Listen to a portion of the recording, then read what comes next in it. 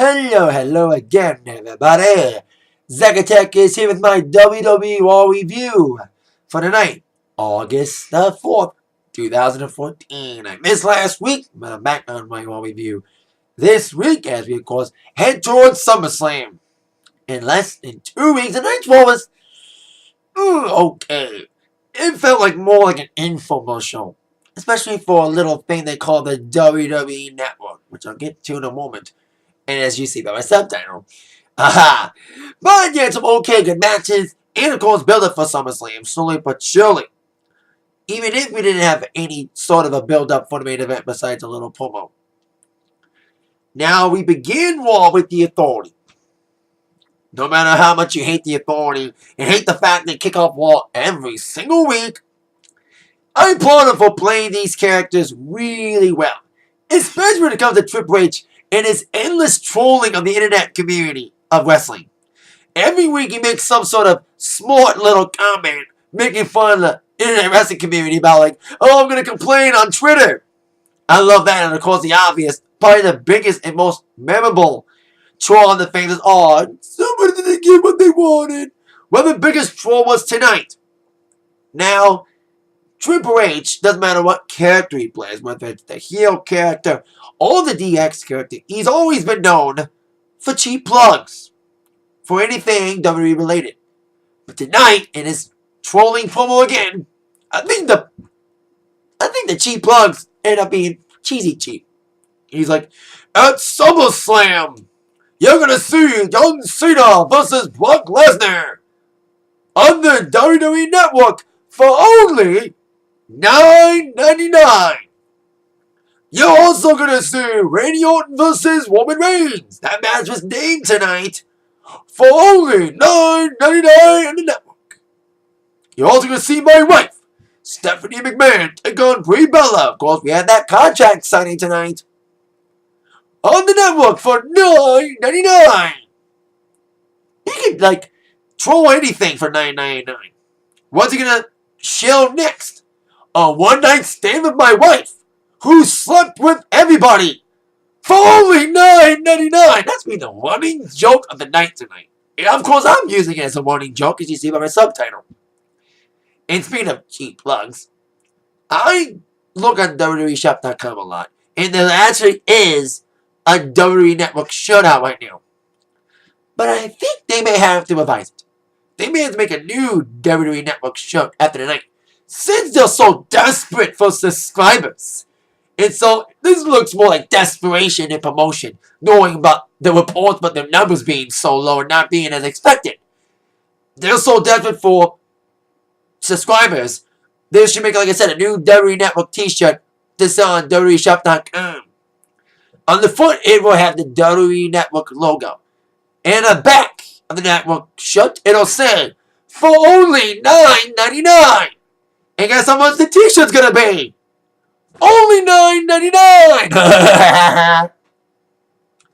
But then Roman Reigns came out to stop the joke and the cheap plug shilling.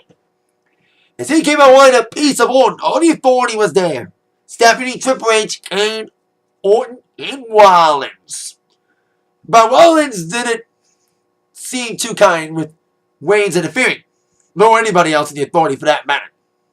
And Triple H is like, well, Reigns, you're so hot to get on tonight, especially after he beat your ass last week in that assault last week on Raw, right before your match with Kane. Well, your match with Kane is now going to happen now. You're supposed to fight Kane last week before Kane and Orton teamed on you. But now, it's time for you to finally face Kane, this time in a last man standing match. Now, this match was pretty hard-hitting and intense. The only quip I always say this about matches like this, they need to use more weapons. There was some good use of weapons. Some good spots. The ending was getting cheesy because of I think it was a miscue from the referee. I'll get to that in a moment. Some decent spots included Kane hitting Reigns so hard in the head he bled a little bit. And, of course, WWE didn't want any blood, so they get a fucking napkin guy to wipe him off. And, of course, you saw some candlestick hits and using the steps as weapons, and, of course, the chair as weapons. But the match didn't end with a weapon. It's kind of a screwy ending, though. It was not screwy, but like a weird ending. Like, match was really hard-hitting and intense, and Reigns, once again, trying to get a big push. He looked really good against Kane tonight. He nailed the Superman punch on Kane. Now, this is supposed to be a last man standing match, right? When an opponent is down, the referee's supposed to count up to 10. Well, I think the referee forgot the memo because when Kane got down after the Superman punch, the referee didn't count it. I think it was a mistake or miscue. That's why the ending was so weird, because after that miscue from the referee, from not counting Kane down after the Superman punch, 2 spears for Roman Reigns was all it took to make Kane stay down, and the referee finally counted. And I think we're going to see on the website tomorrow. The WWE wishes the referee in the Roman Reigns Kane Last Man Standing match the best of luck in all of his future endeavors. I'm gonna be surprised he gets fucking chided for that fucking miscue during the match. But, weird ending or not, Roman Reigns looked really good against Kane tonight. And for the second time in months, after the match, later on tonight, Kane felt so embarrassed after getting his ass beat by Reigns, kind of cleanly without any weapons used. Took 2 spears to take him down. And a DDT on a chair and other things. Kane took his mask off again. See how this goes. Now he's back to being corporate Kane, not Monster Kane. You mean? Stephanie won the monster out of Kane. And I think Kane wants to be corporate Kane again. Stay out of the ring. So, there you go. Now, on with the obligatory make Sandow like a fool. Make Sandow look like a fool part of all. Everyone's favorite portion. No, I'm kidding.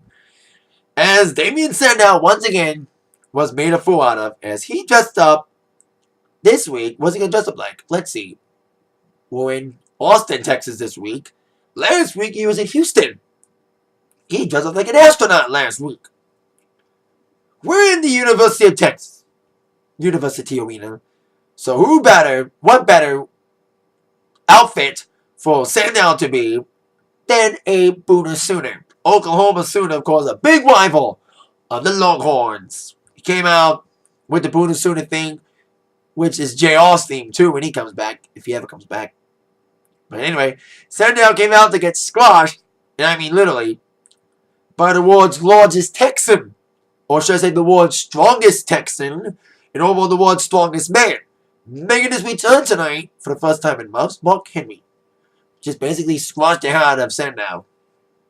In record time again. So, Sandow, once again, squashed like a bug. And this is what happens when people take on John Cena. They're never the same. But John Cena himself may never be the same, as he takes on Brock Lesnar at SummerSlam. Now, if you saw my Attack Sports today, I said in my review, my Raw preview tonight, that I had hoped to see a Lesnar-Cena confrontation. Well, that didn't happen. I think it's going to happen next week. It's the week before SummerSlam, they have to do it. And because Cena missed another Raw tonight, because Cena's making his movies. His movie Trainwreck with Amy Schumer, and his other movie The Nest with Amy Poehler and Tina Fey. Instead of a confrontation, they had a little promo. Now, love or hate John Cena. Love or hate his character. Love or hate the fact that he's been watered down the last couple of years. You gotta respect the man. As a great ambassador for his company. He's passionate about his company. I'll applaud him for his best promo in a while. That wasn't kiddie sounding or cheesy. He felt more passionate on Cena than any other time in the past. But in this promo, not only did we see what kind of man Cena is, we see what kind of a man Lesnar is. His comments said it all. That he cares nothing but himself. Now, I've been saying this to people. I don't think I really addressed it on here. When Brock Lesnar left to go to UFC, he learned how to be a sports entertainer from being in WWE. He had to learn that style. Whenever somebody new from WWE lands in the company, they have to abide by their style, whether it's from Japan or anything else. But when you go away from the company for a while, you forget about the sports entertainment style. You adapt your new style, then come back with that new style. That's what happened with Lesnar. When he came back to WWE in 2012 from UFC, He forgot how to be a sports entertainer. He remembered how to be a beast, to be a demolishing force, to beat people up. He's a ass-kicking son of a bitch, as he said in his promo. His last line in the promo really stood out to me. Really, stuck out like a sore egg. His last line said it all. I'm gonna make John Cena. I'm gonna put John Cena. Ooh. That was unexpected. Little flick of the switch there. Anyway, Lesnar's last line said it all. I'm gonna make John Cena in a pile of blood, vomit, and urine. Now that's Lesnar for you. Don't care about your health being. He just want to beat you up big time and beat you in a pile of your own vomit, blood, and urine. Anyway, on to our next segment. Speaking of SummerSlam, finally, after the false alarm at Battleground, and if WWE doesn't fuck this up, if Triple H don't throw Ambrose out of the building again like he did at Battleground, we're finally going to see Dean Ambrose against Seth Rollins finally in a match. And as many expected, there will be a stipulation. The question is, who was going to name that stipulation? We have ourselves a Beat the Clock challenge tonight to see who would name that stipulation. Both Rollins and Ambrose would be in action in the Beat the Clock challenge. The winner, who beat his opponent faster, will be the one to name the step. Ambrose was first to the Lions, and he took on El Puto de Leo. Of course, while Ambrose was focused on getting the quick win and getting a fast time, Alberto, of course, basically a watchdog, a hunting machine, hired gun, should I say, by the authority, basically wasted his time and wanted Ambrose to fight long and just basically destroyed him for most of the match, focusing on the injured arm big time. There was a cool spot, like some sort of inverted DDT, something off the top rope that Alberto did. That was kind of cool. But of all the Beat the Clock challenges, I've never seen a Beat the Clock challenge match go 15 minutes. Never seen it go this long. I would have laughed if it would have been 9 minutes and 9 seconds. Going back to the whole 9.99 thing tonight. I'm probably not going to be the only one who's going to make a joke out of it. I think people should bring a sign. I'm just saying, if I haven't been to a live event lately, but if I were to go to a live event, I'd make a sign that said, this sign cost me $9.99. There's going to be a lot of jokes about that. Like Triple H thought he trolled the fans. Well, he's going to get trolled by all the $9.99 jokes. And I'm one of them. So, hey. So what you got to do as a heel, you get heat. That's what Triple H and Stephanie has done. Especially what they're doing with Ambrose, putting him in this challenge, and especially against a guy like Del Rio. And Del Rio really punished the hell out of Ambrose's arm so bad that Ambrose couldn't put enough weight on his left arm to nail Dirty Deeds, his finishing move. Not once, but twice on the left arm. Where the old saying goes, if the left one won't get you, the right one will. As Del Rio was finally trying to put Mr. Ambrose in the cross-arm breaker after numerous attempts, Ambrose countered the cross-arm breaker by nailing Dirty Deeds with his good arm in the 1-2-3 victory for Ambrose, setting the pace at 15 minutes and 42 seconds. Like I said, very long matchup for a Beat the Clock challenge, making Rollins' job to beat the clock a little bit better. But as we would see, it would not be so easy as we thought. Now on to our next scenario. We have Rusev taking on Sin Cara. Well, actually, we didn't see it. Speaking of cheap plugs tonight, not only were they cheap plugging the network, they were cheap plugging the app, because for the second time in less than a month, a match ended on the app, which was Rusev against Sin Cara. This kind of worth it to the wrestling fans. They're not watching on TV, but have it on the app. More cheap plugs for you. So, anyway, despite the match being on the app, we got another match being made for SummerSlam out of this. Swagger and Rusev, the challenge is made for the match at SummerSlam a few weeks back, and now the challenge is accepted. It's going to be a flag match. Now, we've been thinking this feud was going to die down after all the current events in the world of America and Russia. But this feud's heating up. Especially today was Obama's birthday, where you saw Lana trying to make her best Nikolai Volkov singing impression of singing Happy Birthday in Russian. Let me say this. She is a Not only she's better looking than Nikolai Volkov, obviously she's a chick. She's a better singer than Nikolai Volkov. Sorry, Nikolai. For those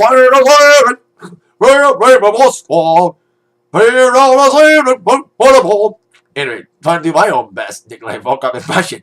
That's what happens when you watch old wrestling. You remember shit like that. Anyway, a lot of us interrupted by the Weird American Jack Swagger. Cause we the people gonna destroy you at the flag match. And the flag was used as a weapon, with Rusev nailing Swagger with the flag, taking him down. We almost had Rusev beat the crap out of Zeb Coulter, but Lana held him off.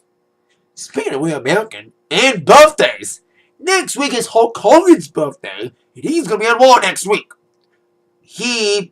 I would love to have a cup. Now that Jack Swagger's a face, I would love to see one Weird American meet with another Weird American, Hulk Hogan.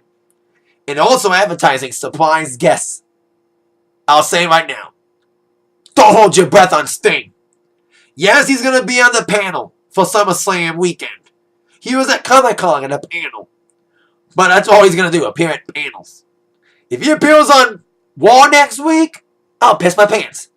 But don't hold your breath on Sting coming on Raw next week, because the advertising surprise guest for Hulk Hogan's birthday, I guess Jimmy Hart, Nick, and Brooke. That's my guess. Anyway, we'll see what happens there. Now on to the next matchup. We have Dolph Ziggler taking on Cesaro, two of my favorite guys, who needs to get big pushed. Big time. Well, one's going to get a push, one's demotion continues. After his great match against Miz 2 weeks ago, I'll give both guys credit for a great matchup, and Ziggler getting a piece of revenge after Miz eliminated him from the Battle Royal at Battleground to determine the new IC champion. Ziggler will get a match. A title match, that is, against Miz at SummerSlam. Miz was on commentary. Now, I thought Miz was going to interfere in this match, but the match ended clean. And a little bit too short. As Cesaro's demotion continued as he got destroyed by Ziggler. Instead of Ziggler getting squashed, Ziggler was the one doing the squashing on Cesaro, who's down the misdirection road again. He's in a slump again. But let me say this. At least Cesaro lost to someone like Ziggler, who needs as big of a push as he deserves it. You know, instead of like Cesaro losing to people like R-Truth and Big E, at least he's losing to people who deserve a push as much as he does, Ziggler. And he had a stare down between him and Miz at the end, and almost a kick to Miz's moneymaker. But that didn't happen, because Miz avoided it big time. Now on to our next scenario. Baxter against the Dust Brothers, of course, Star and Goldust, making their first match appearance in weeks. They've been seeing their vignettes for the last couple weeks, but now you actually see them wrestle. This is the feud that doesn't end. This feud's been going on for months. It's the same ending. No wonder why people don't want to pay the network every 10 months. A month. Because it's the same matches every week. On the pay-per-views and on Raw. Especially with feuds like this. Like, feuds are supposed to last long and make fans interested. Now all the feuds that last long, people want to, they don't appreciate the longevity of a great feud. Well, you know why they don't like longevity of a great feud? Because most feuds have no hype. No build to them. Like this Dust Brothers feud with White Baxel.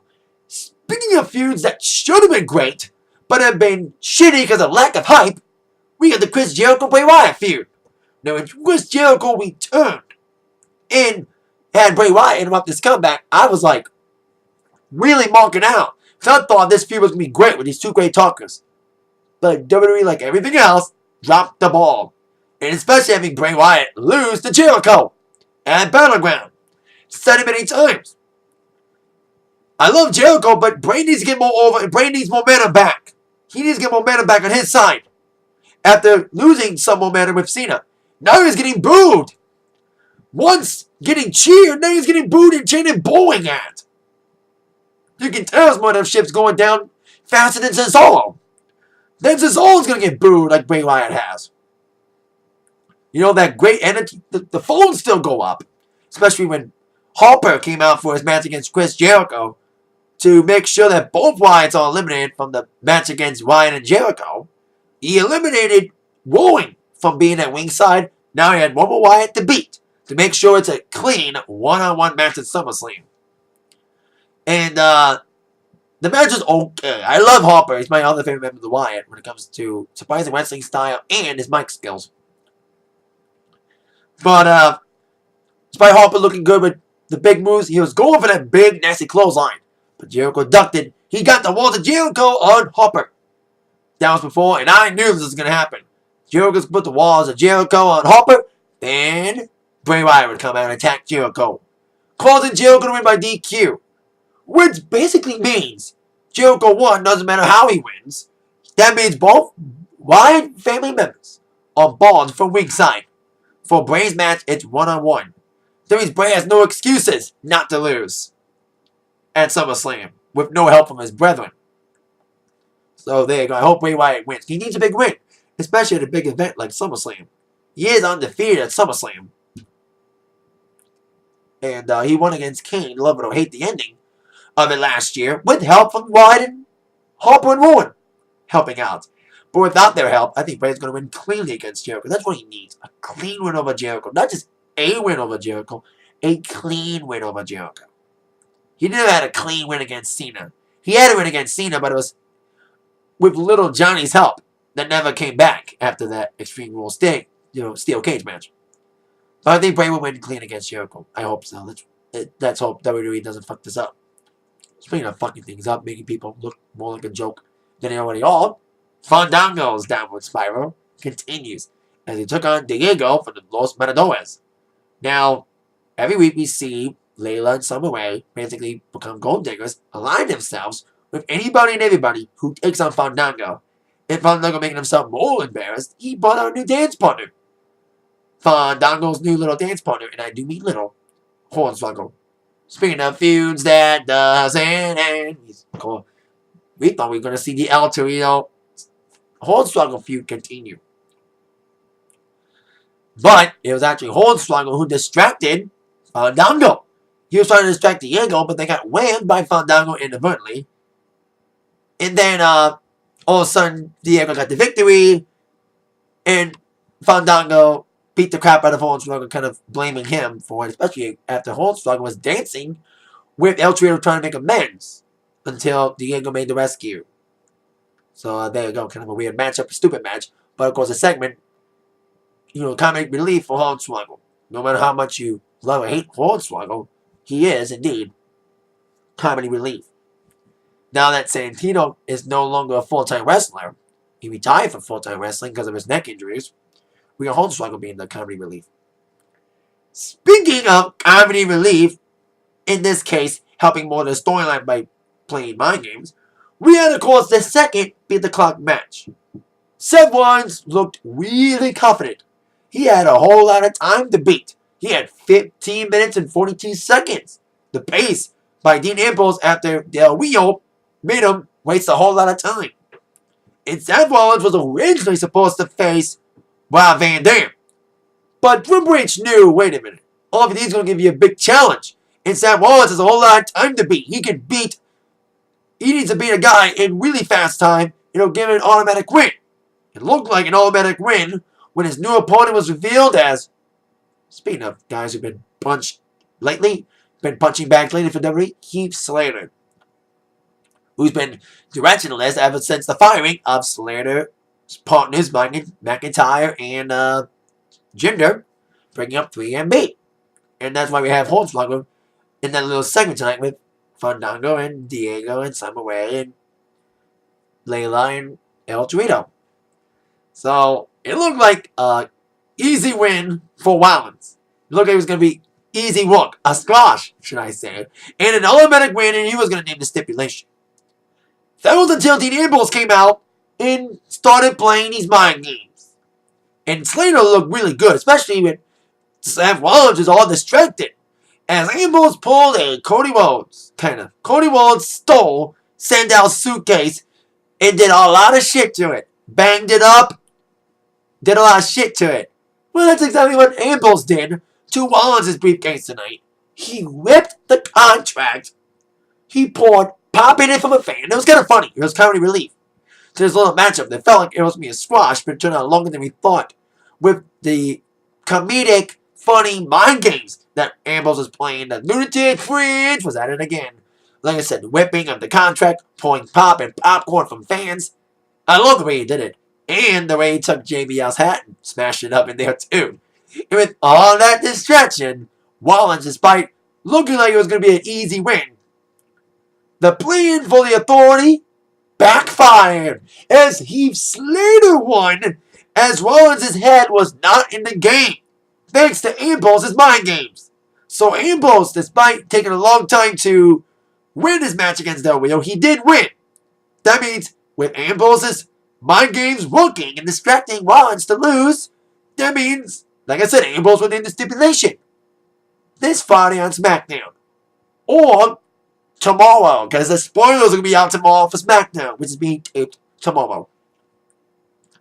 So as we await that stipulation for SummerSlam, we got another match for SummerSlam, a contract signing between Brie Bella and Stephanie McMahon, with Triple H representing Stephanie in her corner.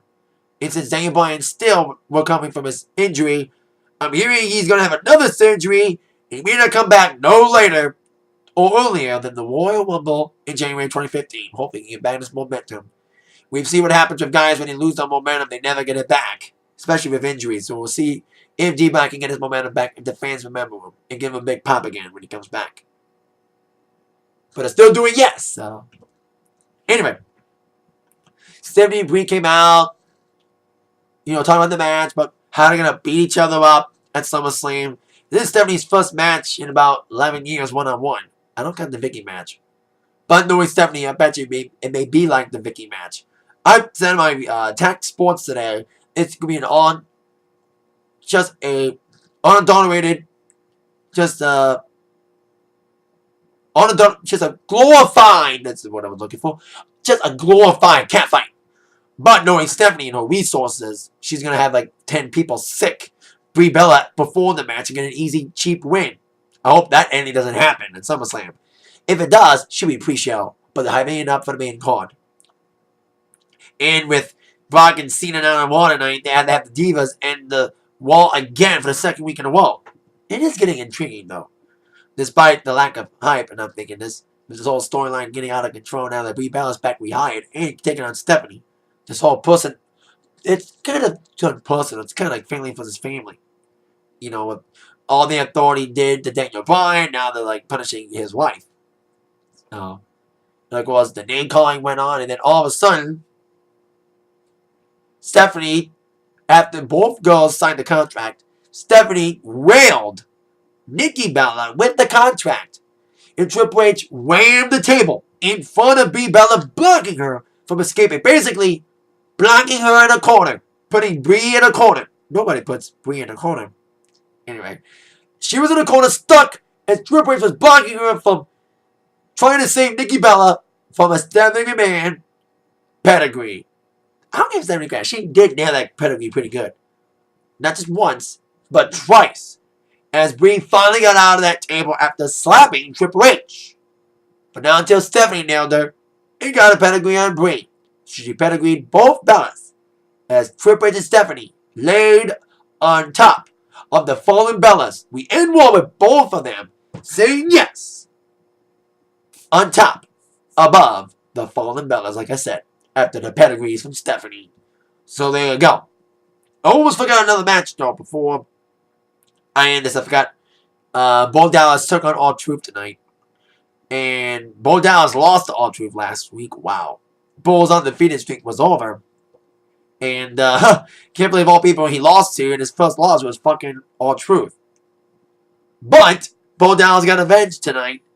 After losing to him not once but twice, he lost to him SmackDown as well. He got the cheap win, but the tights though.